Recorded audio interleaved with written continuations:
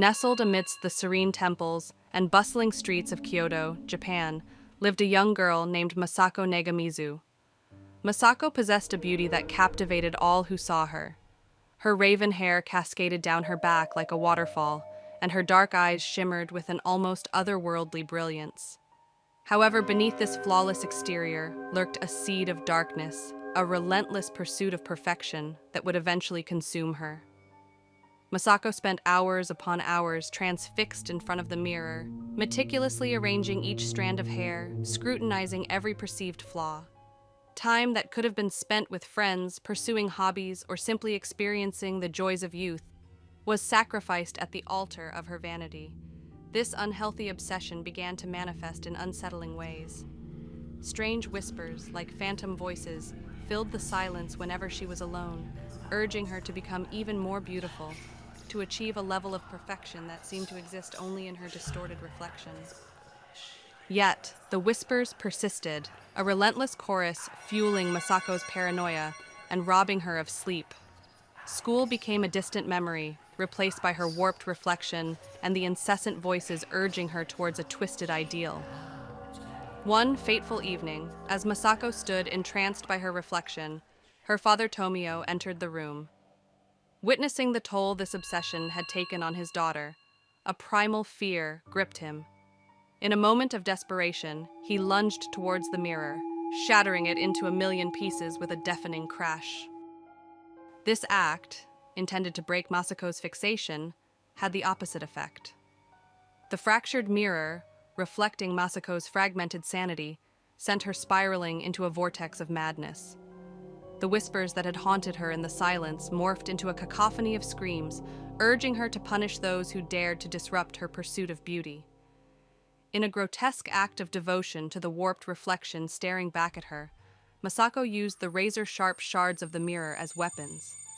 Her screams, a chilling counterpoint to the silence that had previously consumed her, echoed through the house as she attacked her parents in a fit of blind rage. Tomio and Akemi, their pleas for reason lost in the storm of their daughter's madness, met a horrific demise.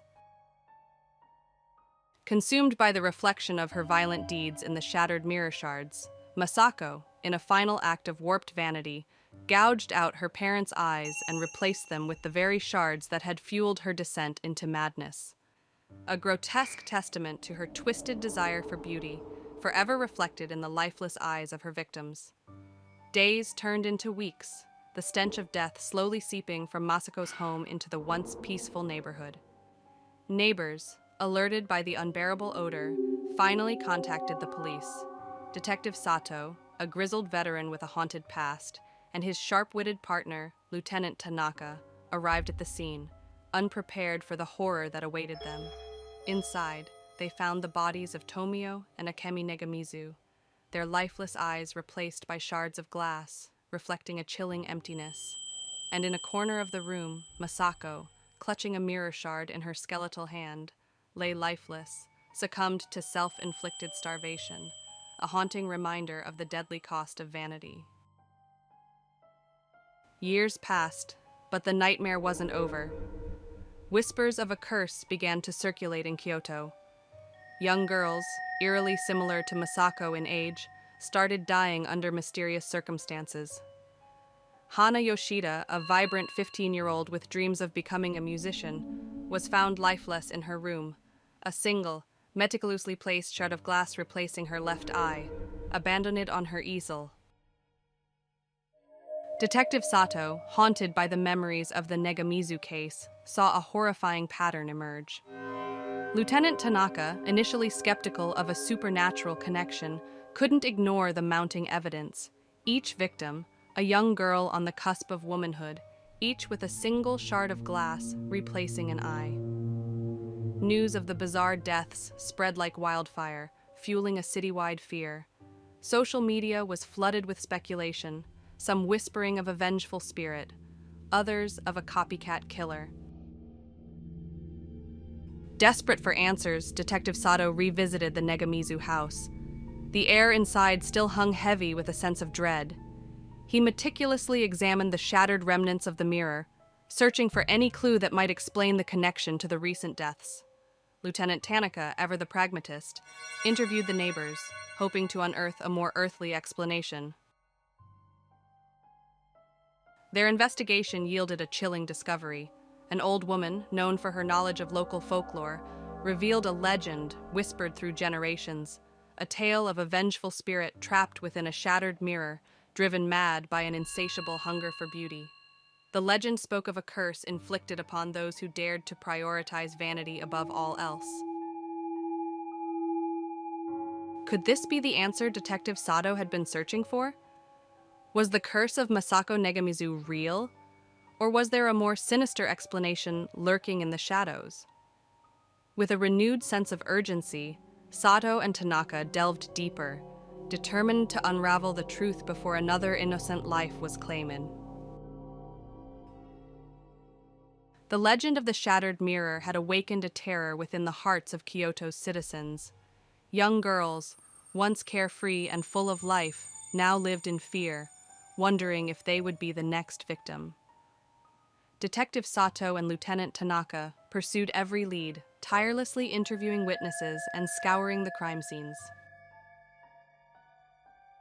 However, despite their relentless efforts, a definitive answer remained elusive. The connection between the deaths and the Negamizu case was circumstantial, and no concrete evidence linked Masako's shattered mirror to the recent tragedies. The legend offered a chilling explanation, but without physical proof, it remained just that, a legend. As the investigation reached a standstill, Detective Sato was forced to close the case, unsolved. The mystery of the Kyoto mirror deaths continues to baffle authorities and haunt the city's collective memory. Was it a vengeful spirit, a cunning copycat killer, or a terrifying coincidence?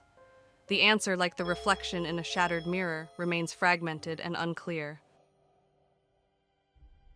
The curse of Masako Negamizu, or perhaps just a string of horrifying tragedies, serves as a cautionary tale. It reminds us of the destructive power of obsession and the fragility of the human mind.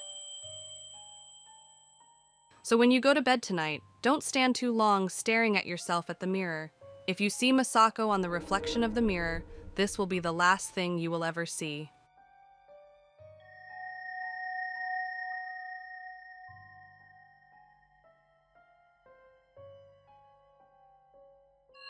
If you liked this video, please consider subscribing and liking to help us bring you more Japanese ghost stories. Thank you for watching.